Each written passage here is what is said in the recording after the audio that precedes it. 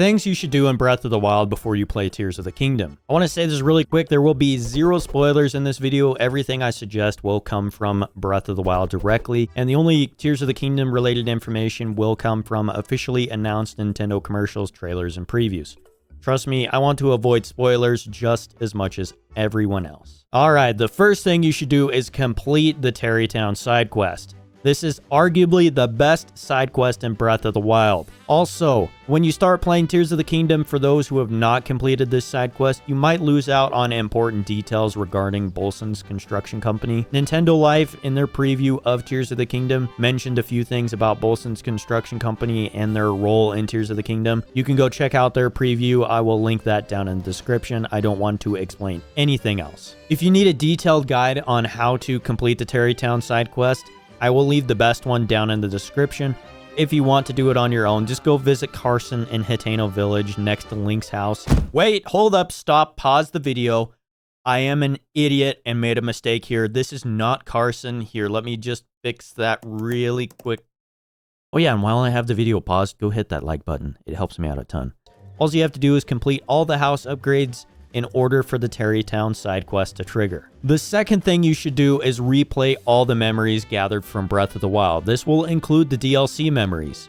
It is important to refresh your knowledge on Breath of the Wild's story, as Tears of the Kingdom is of course a sequel, and it may tie into Breath's story. We don't know yet. I did this and remembered just how much of a jerkwad Ravioli is. I think I'm on the same page as the princess regarding this boy. I am so glad he is 6 feet under. This leads me to the third thing. Please play through all of the DLC, as it develops all of the characters even more. And if you haven't, what rock are you living under? The fourth thing you should do is go read every single diary from each of the champions, Zelda, the former King of Hyrule, and certain important NPCs such as Purah and Robbie. I suggest watching the memories first before you go around and read all the diaries, because they include important context to those memories. I will do a quick guide where you can find all of them. To start, we will find Mipha's diary. Just fast travel to Zora's domain and go up to the king's throne. Careful not to gag on the smell of fish. You will find Mipha's diary next to the king on the left-hand side. Following that, go to Death Mountain, but don't do what I did and burn yourself to a crisp because you forgot to put on heat protective armor. Go past the village elder's home and you will find this small little rock shack. Go inside and you will find Daruk's diary. Next, go read Ravioli's diary. It's located at the top end of Rito Village next to the village elder. Now let's head over to Gerudo Town and walk inside. Although, don't be me and forget to cross-dress as a woman and get kicked out. There is only one logical recourse if this happens to you. Just stand directly in front of the guard who just kicked you out and change your clothes. Then walk inside without any issue.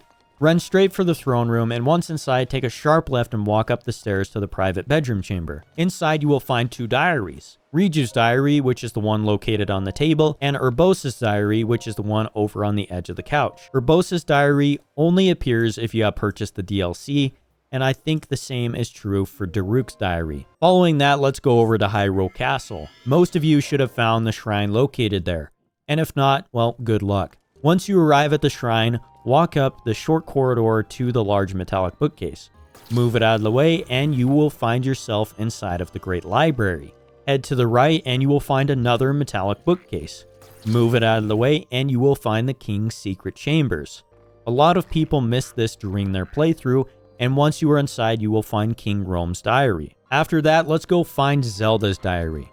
Go over to this large hole inside the library and make your way out. I immediately got lost trying to remember where her diary is located. And on my search, I ran into a few Guardian sentries and was immediately destroyed. I then looked at the map and realized I was on the complete opposite side of where her diary is located. I then proceeded to make my way over to where Zelda's diary is located, and then got shredded again by another Guardian sentry. Then I finally found my way into Zelda's study, only for a strong enemy to appear, a large white moblin, and you can only imagine how well that went.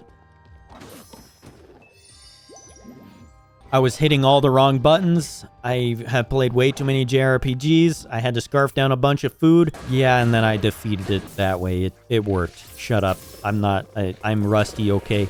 In the corner, you will find Zelda's diary, but this is not the only diary. If you walk out over on this edge over here and use Ravioli's Gale and go over to this tower, you will find Zelda's research diary as well. Finally, the last 2 diaries worth reading, Pyrrha's diary and Robbie's diary. Pyrrha's diary is located in Hitano Village in the top room of the research lab. Robbie's diary is located north of Tarrytown at the Aquila Ancient Tech Lab. Both are a great read and give major context to Breath of the Wild story. The 5th thing you should do, and this one could be entirely optional, just depends on how you feel, go around the map and find all the major locations or significant landmarks. This is for anyone who wants to see all the changes that Tears of the Kingdom might have to offer. This includes checking out all the villages, visiting the Zonai ruins, and taking a nice leisurely walk around. Talk to a few of the psychopaths that inhabit Hyrule. Yell at cows. Hey, what are you doing up so late? It's 3 a.m. It's past your bedtime. Yes, that was a joke. It's okay to laugh. Hey. Come on, laugh.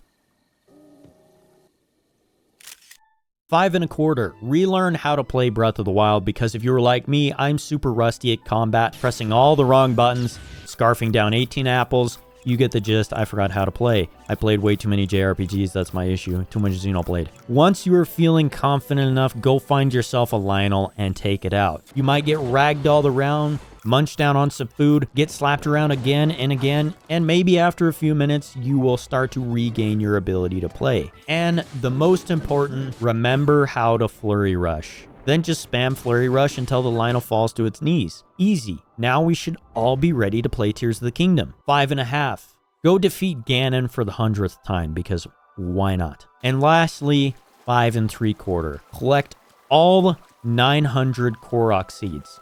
This is vital because according to Nintendo's official Twitter account this morning, it is required to have all 900 Clorox seeds collected before they will allow Tears of the Kingdom to unlock on your Switch. Nintendo is very unhappy with the people who leaked Tears of the Kingdom early, so in a spiteful rage, this is now the new requirement to play the game, unfortunately. So if you have only collected 100 Clorox so far, good luck, because you might be able to play the game by the end of the year. Thanks for watching. I know I have said this before, but thanks for all the continued support on my channel recently. I really appreciate it. And if you are new here, why not subscribe to my channel for more content like this in the future? I also have a Discord server for anyone who would like to come and join. I really want to interact with my audience as best as I possibly can.